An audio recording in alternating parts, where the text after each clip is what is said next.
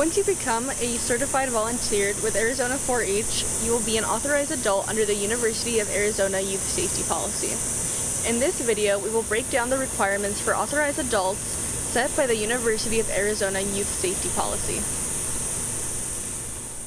This portion of the policy recommends that authorized adults avoid being alone with youth. It is recommended you have another authorized adult with you whenever you are working with youth. Since this is not always possible in the realm of 4-H, we recommend you have other adults, such as parents, around, and at the very least, you should have other youth members around when you are working with a youth member. You should never be alone with a single youth member. As an authorized adult, you are a mandated reporter.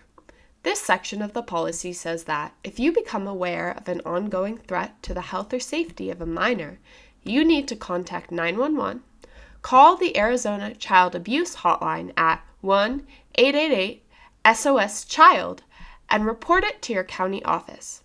After you call 911, if the threat requires immediate intervention, you are able to take appropriate steps under the circumstances to immediately separate the minor from the threat. When you register as a volunteer online with your county, you will be prompted to fill out the 4-H Multimedia Release Form. All youth will also be prompted to fill out this form when they register online for the year. If they choose to decline permission, it will be noted in the system. As an authorized adult, you should request a report from your county office at the beginning of each year that shows who from your club has opted to not sign the media release. Keep these names in your files so that you are aware as you do programming throughout the year which of your youth members cannot be photographed. It is important to get a new report yearly, even if your members do not change. They can opt out of this release yearly. Any photos or videos taken of youth who do not have a signed multimedia release on file is prohibited. Each county has many communication methods that they will recommend to their volunteers.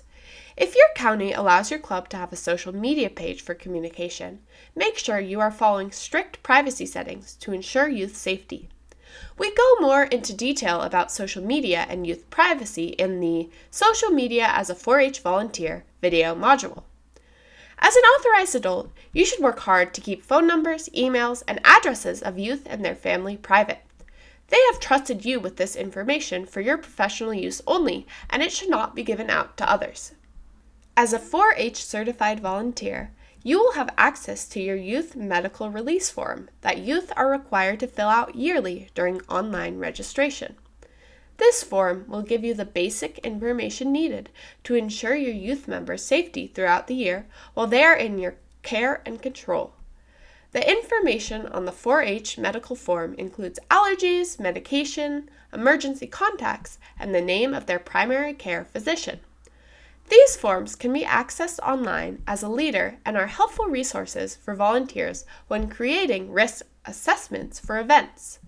We talk more about risk management and creating these plans in the Risk Management video module. Please contact your county office for help accessing these forms. Make sure you are reading your youth members' medical forms and are aware of possible health risks. Additionally, as with the youth contact information, these forms are to be kept private and are only to be used for official 4-H business. When you become a certified volunteer, one of the steps you will complete includes approving your status with the university. When you do this, you are being added to a database that will notify you when you have a training due.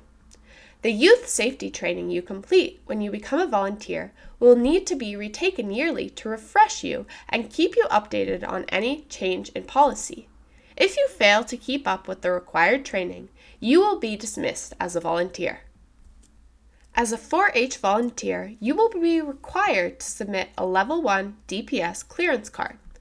This card allows the university to run yearly background checks on each volunteer.